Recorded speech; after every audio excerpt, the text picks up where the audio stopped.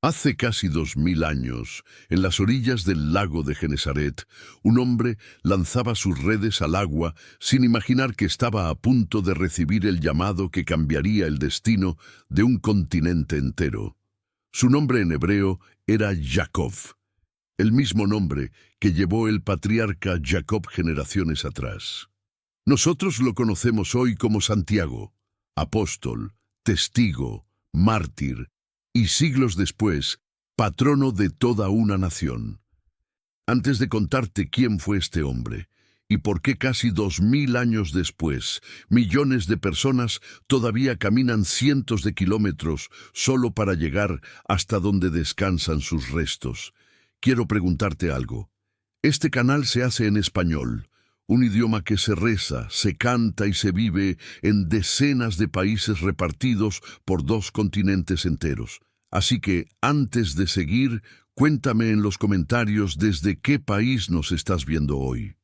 Me gustaría saber hasta dónde ha llegado esta historia y cuántos lugares distintos comparten la misma devoción por este apóstol.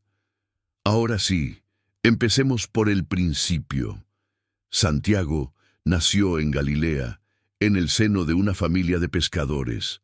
Su padre, Zebedeo, no era un pescador cualquiera.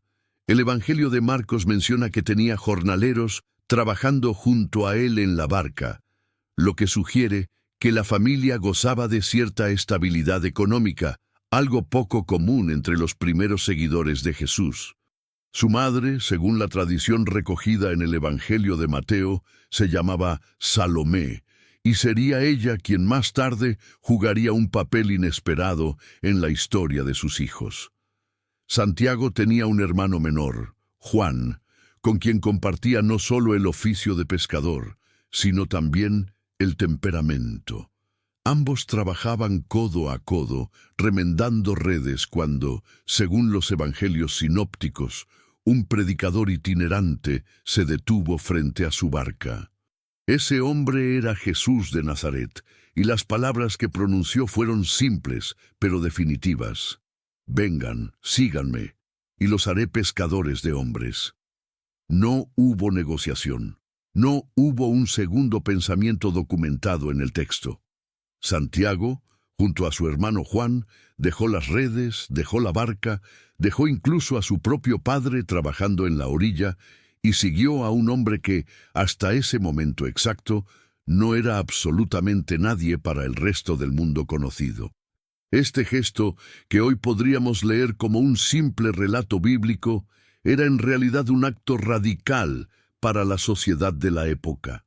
Abandonar el negocio familiar, la fuente de sustento de toda una familia, para seguir a un maestro errante sin casa fija, sin ingresos, sin garantías, era una decisión que desafiaba toda lógica económica y social del primer siglo. Santiago se convirtió así en uno de los 12 apóstoles, el grupo íntimo elegido personalmente por Jesús para acompañarlo en su ministerio. Pero dentro de ese grupo de 12 no todos ocupaban el mismo lugar. Existía un círculo aún más reducido, formado por apenas 3 hombres que Jesús llevaba consigo en los momentos más decisivos de su vida pública. Ese círculo estaba formado por Simón Pedro, por Juan y por Santiago. Jesús, que conocía profundamente el carácter de cada uno de sus discípulos, le dio a Santiago y a su hermano un apodo que ha quedado grabado en la tradición cristiana. Los llamó Boanerges, que se traduce como hijos del trueno. No era un nombre cualquiera. Sugería fuego, intensidad, un temperamento que podía encenderse con facilidad. Y los evangelios no dejan ese apodo como una simple curiosidad lingüística. Lo respaldan con hechos. En una ocasión, mientras Jesús y sus discípulos atravesaban una aldea samaritana que se negó a recibirlos, Santiago y Juan reaccionaron con una propuesta que hoy nos parecería desproporcionada. Le preguntaron a Jesús si quería que hicieran caer fuego del cielo sobre esa aldea, tal como el profeta Elías lo había hecho siglos antes.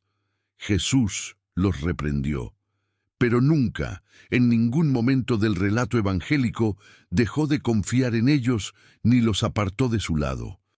Ese temperamento fuerte, esa pasión casi desbordada, es parte esencial de quien fue Santiago antes de convertirse en el hombre que veneramos hoy. No fue un santo de manual, sereno y calculado desde el primer momento. Fue un hombre real, con un carácter intenso, capaz de dejarlo todo en un instante y capaz también de perder los estribos cuando algo lo indignaba. Y sin embargo, ese mismo hombre fue elegido para presenciar los momentos más sagrados y más dolorosos de la vida de Jesús. Momentos que ni siquiera el resto de los apóstoles llegó a ver de cerca. Hay un monte en el norte de Israel, tradicionalmente identificado como el Monte Tabor, aunque algunos estudiosos también señalan al Monte Hermón como posible ubicación. A ese monte Jesús subió un día llevando consigo solamente a 3 de sus 12 apóstoles, Pedro, Juan y Santiago. Los demás se quedaron abajo, sin saber lo que estaba a punto de suceder. Lo que estos 3 hombres presenciaron en la cima de esa montaña no tiene comparación con ningún otro episodio del ministerio de Jesús. Ante sus ojos, el rostro de Jesús resplandeció como el sol, y sus vestiduras se volvieron blancas como la luz. Y no estaba solo. Junto a él aparecieron 2 figuras del Antiguo Testamento, Moisés y Elías, conversando con Jesús sobre lo que el texto evangélico describe como su éxodo, es decir, su muerte inminente en Jerusalén. Santiago fue testigo directo de ese momento. Vio con sus propios ojos la naturaleza divina de Jesús manifestada de una forma que ningún otro apóstol llegó a presenciar de esa manera. Pedro, abrumado por la experiencia, llegó a proponer construir 3 tiendas en el lugar sin saber bien qué decir, y entonces una nube los cubrió, y una voz se escuchó: «Este es mi Hijo amado, escúchenlo». Fue un instante de gloria absoluta. Pero la vida de Santiago junto a Jesús no se detuvo ahí, y el contraste con lo que vendría después no podría ser más profundo. Antes de continuar con la historia, quiero pedirte algo muy simple, y te prometo que no interrumpe el relato. Si esta historia te está atrapando, dale like ahora mismo y suscríbete al canal. Nos ayuda muchísimo a seguir compartiendo estas historias con más gente que, como tú, busca acercarse a la fe a través de la vida de los santos. Y dicho esto, volvamos a Santiago. Porque el mismo hombre que vio a Jesús transfigurado en gloria, fue también uno de los 3 testigos del momento más oscuro y doloroso de toda su vida, la noche del huerto de Getsemaní, horas antes de la crucifixión. Esa noche, Jesús llevó nuevamente a Pedro, Juan y Santiago con él, alejándose un poco del resto del grupo, y les pidió algo que parecía sencillo: que se quedaran despiertos, velando mientras él oraba. El texto evangélico describe la angustia de Jesús en ese momento con palabras estremecedoras. Su sudor se volvió como grandes gotas de sangre cayendo hasta el suelo. Era un hombre enfrentando en soledad absoluta el peso de lo que estaba por venir. Y sin embargo, cuando Jesús regresó donde estaban sus 3 apóstoles más cercanos, los encontró dormidos. No una vez, sino 3 veces durante esa misma noche. Santiago, que apenas horas antes había visto la gloria divina en la cima de una montaña, no pudo mantenerse despierto durante la agonía de su maestro. Es un contraste que dice mucho sobre la condición humana y también sobre la propia humanidad de Santiago. No era un personaje perfecto ni sobrehumano. Era un hombre capaz de presenciar lo más sublime y minutos después fallar en algo tan simple como mantenerse despierto. Pero la presencia de Santiago junto a Jesús no se limita a estos 2 episodios extremos. También estuvo presente cuando Jesús entró en la casa de Simón Pedro y sanó a su suegra. que se encontraba postrada en cama con fiebre. Estuvo presente cuando Jesús resucitó a la hija de un dirigente de la sinagoga llamado Jairo, otro de los momentos en los que Jesús solo permitió que Pedro, Juan y Santiago entraran con él a presenciar el milagro. Y hay un episodio más, quizás menos conocido, que revela algo distinto sobre la personalidad de Santiago y de su familia. Según el Evangelio de Mateo, fue la propia madre de Santiago y Juan, Salomé, quien se acercó a Jesús para pedirle un lugar de honor para sus hijos, que uno se sentara a su derecha y el otro a su izquierda cuando llegara a su reino. Los demás apóstoles, al enterarse, se indignaron con los dos hermanos. Jesús, con paciencia, les explicó que ese no era el tipo de grandeza que él ofrecía, sino una grandeza que se gana sirviendo a los demás, no reinando sobre ellos. Este episodio nos muestra a un Santiago todavía en formación, todavía con ambiciones humanas, todavía aprendiendo el verdadero significado de lo que estaba viviendo junto a Jesús. Pero ese aprendizaje, por más lento que pareciera, se completaría de la forma más radical posible, entregando su propia vida. Después de la muerte y resurrección de Jesús, la tradición cristiana sostiene que los apóstoles se dispersaron para llevar el mensaje del Evangelio hasta los confines del mundo conocido. Y aquí es donde la historia de Santiago toma un giro que lo distingue de todos los demás. La tradición española, sostenida durante siglos por la Iglesia y por la devoción popular, afirma que Santiago cruzó el Mediterráneo y predicó en la península ibérica, en los territorios de la antigua Hispania romana. No existe evidencia histórica sólida que confirme ese viaje con precisión, y es justo decirlo con honestidad.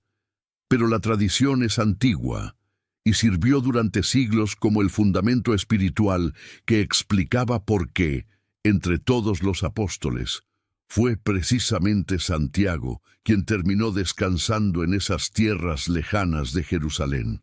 Lo que sí sabemos con certeza histórica, porque está registrado en el libro bíblico de los Hechos de los Apóstoles, es cómo terminó la vida de Santiago. El rey Herodes Agripa I, nieto de Herodes el Grande, gobernaba en ese momento sobre Judea bajo la autoridad de Roma. Agripa buscaba constantemente congraciarse con los líderes religiosos judíos, que veían con hostilidad creciente al movimiento cristiano que comenzaba a expandirse desde Jerusalén. Como parte de esa persecución, Herodes Agripa ordenó la ejecución de Santiago, hijo de Zebedeo. El texto bíblico es breve pero contundente. Santiago fue ejecutado con espada, probablemente decapitado, convirtiéndose en el primer apóstol de los 12 en morir como mártir por su fe en Jesucristo. No fue Pedro, a quien tradicionalmente asociamos con el martirio en Roma. No fue Pablo, el gran misionero de los gentiles. Fue Santiago, el pescador de Galilea, el de temperamento fuerte, el que había visto la gloria en el Tabor y había fallado en Getsemaní, quien se convirtió en el primero de los 12 en pagar con su vida el precio absoluto de seguir a Cristo hasta el final. El mismo capítulo de los Hechos de los Apóstoles cuenta que, viendo que la ejecución de Santiago agradaba a los líderes judíos, Herodes Agripa ordenó también arrestar a Pedro, con la intención de ejecutarlo después de la Pascua. Pedro, sin embargo, sería liberado milagrosamente de la prisión por la intervención de un ángel, según narra el mismo texto. 2 apóstoles, un mismo perseguidor, 2 destinos completamente distintos. Uno murió, el otro fue liberado. Y es precisamente después de la muerte de Santiago donde la historia documentada termina y donde comienza una de las leyendas más hermosas y más arraigadas de toda la tradición cristiana occidental. Según esta tradición, 2 de los discípulos más cercanos de Santiago, cuyos nombres se conservan en los relatos antiguos como Atanasio y Teodoro, recogieron su cuerpo decapitado en Jerusalén y decidieron llevarlo de regreso a las tierras donde él había predicado. Hispania. Lo trasladaron hasta la costa, y allí, cuenta la leyenda, embarcaron el cuerpo en una nave sin remos y sin tripulación, guiada únicamente por la providencia divina. Esa embarcación cruzó el Mediterráneo entero, atravesó el estrecho de Gibraltar y remontó la costa atlántica hasta llegar a Galicia, en el extremo noroeste de la península. Al desembarcar, los discípulos se encontraron con una gobernante local, una reina pagana conocida en la tradición como la Reina Lupa. Y aquí aparece uno de los episodios menos conocidos, pero más ricos, de toda esta leyenda. La Reina Lupa, lejos de ayudar a los discípulos, intentó deshacerse de ellos. Primero los envió ante un gobernador romano hostil que los hizo encarcelar. Liberados por intervención angélica, según cuenta la tradición, la reina cambió de estrategia. Los envió a una zona donde pastaban toros salvajes y feroces, con la esperanza de que las bestias los mataran. Pero cuando los discípulos hicieron la señal de la cruz sobre los animales, estos se volvieron dóciles como corderos, dejándose uncir a un carro para transportar el cuerpo del apóstol. Ante ese prodigio, la reina Lupa se convirtió al cristianismo y permitió que los restos de Santiago fueran enterrados en sus propias tierras, en el lugar exacto donde, siglos después, se levantaría una de las catedrales más importantes de toda la cristiandad.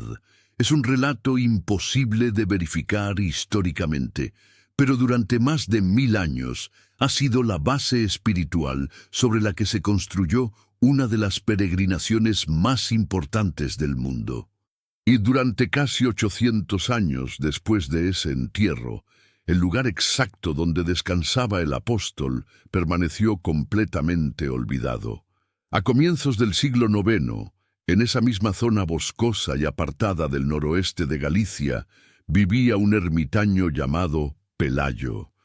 Durante varias noches, según cuenta la tradición, Pelayo comenzó a observar luces extrañas descendiendo del cielo sobre un punto específico del bosque, acompañadas de un resplandor semejante a un campo de estrellas parpadeando sobre la tierra. Pelayo no guardó silencio. Le comunicó lo que había visto al obispo de la región, un hombre llamado Teodomiro, que gobernaba la diócesis de Iria Flavia. El obispo, intrigado, se dirigió personalmente al lugar señalado y ordenó excavar. Lo que encontraron fue una tumba antigua con 3 cuerpos en su interior. La tradición de la Iglesia identificó uno de esos cuerpos como los restos del apóstol Santiago, el mismo que sus discípulos habían enterrado casi 800 años antes. De ese hallazgo nació el nombre de la ciudad que se levantaría en ese preciso lugar, Compostela. Durante generaciones se popularizó la idea de que el nombre proviene del latín Campus Stellae, que significa campo de la estrella, en honor a las luces que guiaron al ermitaño Pelayo hasta el sepulcro. Es una de las historias más bellas de toda la tradición jacobea, y así se ha transmitido de generación en generación durante siglos. Sin embargo, es justo compartir contigo lo que dicen hoy los estudiosos del lenguaje. La mayoría de los historiadores actuales considera que esa etimología de campo de la estrella es en realidad una creación popular posterior y que el nombre Compostela derivaría más probablemente del latín compositum tellus, que podría traducirse como tierra bien compuesta o tierra hermosa, una forma antigua de referirse a un cementerio. Aún así, la leyenda de la estrella sigue siendo, para millones de creyentes, parte esencial de la identidad espiritual de este lugar.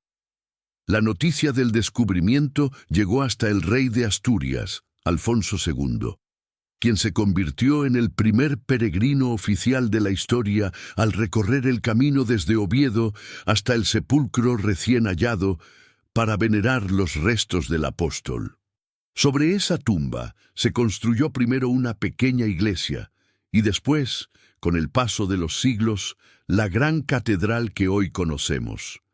En pleno contexto de la Reconquista, cuando los reinos cristianos del norte de la península luchaban por recuperar territorio frente a los reinos musulmanes del sur, la figura de Santiago se convirtió en un símbolo poderoso de identidad y de protección espiritual. Y no solo dentro de España. La orden monástica de Cluny, en Francia, impulsó activamente la peregrinación a Compostela por toda Europa, construyendo hospitales, puentes y refugios a lo largo del camino para recibir a los peregrinos que llegaban desde Francia, Alemania, Italia e incluso desde tierras más lejanas. Fue en este contexto medieval donde se escribió en el siglo XII el Codex Calixtinus, considerado el primer manual de viaje para peregrinos de toda la historia occidental. El texto, dividido en 5 libros, incluía sermones, relatos de milagros atribuidos al apóstol y, sobre todo, en su 5º libro, una auténtica guía práctica. Describía las distintas rutas hacia Compostela, advertía sobre ríos cuyas aguas eran peligrosas para beber, señalaba dónde conseguir alimento honesto y dónde desconfiar de los comerciantes locales. Aunque el texto se atribuyó tradicionalmente al Papa Calixto II, los estudiosos modernos coinciden en que su verdadero autor fue probablemente un monje francés llamado Aymeric Picot. Es también en este periodo medieval donde surge una de las imágenes más discutidas de toda la iconografía de Santiago, la de Santiago Matamoros, representado como un caballero a caballo, blandiendo una espada en batalla. Según una leyenda del siglo IX, el apóstol se habría aparecido milagrosamente para ayudar a las tropas cristianas del rey Ramiro I durante la batalla de Clavijo, en el año 844. Es importante decirlo con toda honestidad. La historicidad misma de esa batalla es objeto de fuerte debate entre los historiadores actuales, y buena parte de la documentación que la sustenta fue elaborada siglos después de la fecha en que supuestamente ocurrió. Esa representación guerrera de Santiago, además, es hoy motivo de discusión incluso dentro de España. Nosotros, en este canal, preferimos honrar la imagen que con más fuerza y con más constancia ha acompañado a millones de creyentes a lo largo de los siglos, la de Santiago peregrino. Un apóstol representado no con espada y armadura, sino con bordón, calabaza de agua y un sencillo sombrero adornado con una concha, caminando junto a cada persona que emprende el mismo camino que él recorrió hace tantos siglos, el Camino de Santiago. 800 años después de aquel primer peregrino medieval, no solo sigue vivo, está atravesando el momento de mayor actividad de toda su historia. Durante el año 2025, la oficina del peregrino de la Catedral de Santiago de Compostela certificó la llegada de más de 530.000 peregrinos, un récord absoluto que superó ampliamente la cifra del año anterior. De esas 530.000 personas, más de 228.000 eran españolas y casi 300.000 llegaron desde el extranjero, representando prácticamente todos los continentes del planeta. Y aquí hay un dato que revela algo profundo sobre lo que representa hoy esta peregrinación. Solo 1/3 de quienes completaron el camino declaró motivaciones exclusivamente religiosas. Otro grupo, cercano a la mitad, combinó la fe con otros motivos personales, y casi 1/5 parte reconoció haber caminado por razones completamente ajenas a la religión. Esto significa que el Camino de Santiago ya no pertenece únicamente a quienes profesan la fe católica. Se ha convertido en un fenómeno humano universal, capaz de convocar tanto a quien busca a Dios como a quien busca simplemente encontrarse a sí mismo, caminando en silencio durante semanas. Y sin embargo, en el corazón de todo ese fenómeno sigue latiendo la misma historia que te he contado en este video. La de un pescador de Galilea que se convirtió en el primer apóstol mártir y cuyo sepulcro se transformó, contra toda lógica humana, en uno de los destinos espirituales más importantes del planeta. Pero hay algo más que hace de este momento exacto un instante verdaderamente único, y es la razón por la que quería que llegaras hasta el final de este video. En el año 2027 se celebrará un nuevo año santo jacobeo, también conocido como Xacobeo. Este acontecimiento solo ocurre cuando el 25 de julio, día de la fiesta de Santiago, cae en domingo, algo que sucede de forma irregular, respetando un ciclo que se repite cada 6, 5 u 11 años, según el calendario. El próximo año santo comenzará oficialmente el 31 de diciembre de este mismo año, cuando se abra de manera solemne la puerta santa de la catedral, una puerta que permanece cerrada durante todos los años que no son santos. Durante ese año santo, cualquier peregrino que llegue hasta Compostela, se confiese, comulgue y rece por las intenciones del Papa, puede obtener lo que la Iglesia Católica denomina indulgencia plenaria, el perdón total de la pena temporal por los pecados ya perdonados. Es una oportunidad espiritual que no se repite todos los años y que miles de peregrinos ya están comenzando a planificar con meses de anticipación. Piénsalo por un momento.